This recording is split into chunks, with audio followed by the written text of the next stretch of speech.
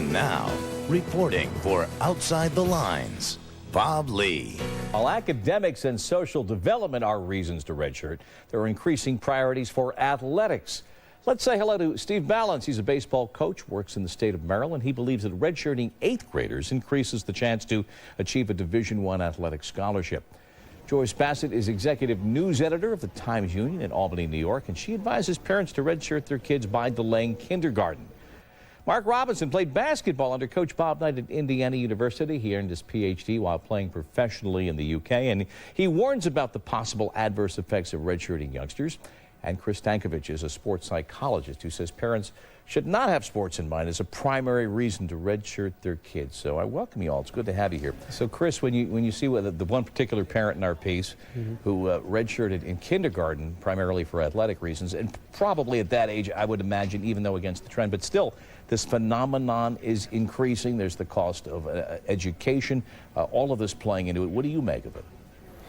Well, I agree with you, Bob. It really is in full swing now. It's concerning. I think that families who race to make this decision to hold their kid back solely for athletic reasons, it becomes a very short-sighted and emotional decision. I think when you enter in the realities of how few young people actually do go on for full-ride scholarships or even beyond that, it's quite a low number. It's under 5% of high school athletes that go on to college at any level, which includes your walk-ons and partial scholarships. So, you know, it's an interesting time.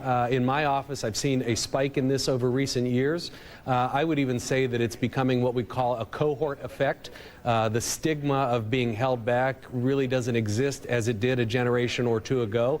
And I often wonder where this information is coming from at times, too, because some of the families are being influenced by others with questionable credentials. There are certainly some coaches out there that have their own selfish reasons for persuading a youngster to stay back. So there's a host of concerns here, and I think if you don't have physical, academic, cognitive, emotional issues going on, but to solely hold someone back for athletic reasons, it's probably not going to work out for the vast majority. When you say you see it in your practice, Chris, are you seeing issues that have arisen because of it? Well, I see more families looking at this as a viable option, again, with the idea in mind that by holding their kid back, the odds will increase dramatically. And I think it was put well in the segment that led to our panel that that really doesn't exist. You know, the numbers are pretty straightforward. It's a remote chance, not to be pessimistic, but that's reality, no matter what you do. And then I get concerned, what happens for those people who put all their eggs in one basket and they're not getting other experiences in life, internships, jobs, life skills, career opportunities? It really does weigh in, and it can cause long-term issues if it's not focused on and they don't attend to those issues. Yeah, and Chris, then we've got countervailing research. And some of the pushback against the original Malcolm Gladwell idea, the outliers, this multiplies through years, that younger kids, smaller kids perhaps, they adapt, they learn, they have to use their brain, and then as they mature, they're a dual threat, as it were. Well, yeah, in theory. I think when it comes to sports, we never know. The X factor is motivation, heart.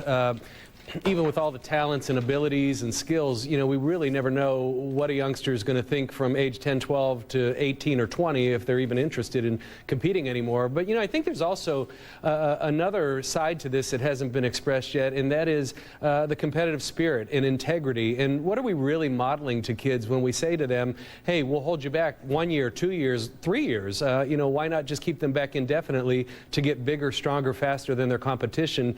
I don't know that that's really a good idea, and I know we don't have a lot of examples of multiple holding back, but why not? What's to stop that? Redshirting. Fascinating, and it's, we said, a growing trend. Steve Balance, Joyce Bassett, Mark Robinson, Chris Stankovich. Thank you all for being with us outside the lines. We can continue the conversation on our OTL Facebook page. You can follow me on Twitter at Bob Lee ESPN. We're in the car on Sirius XM 84, and at iTunes. Get our podcast delivered each day.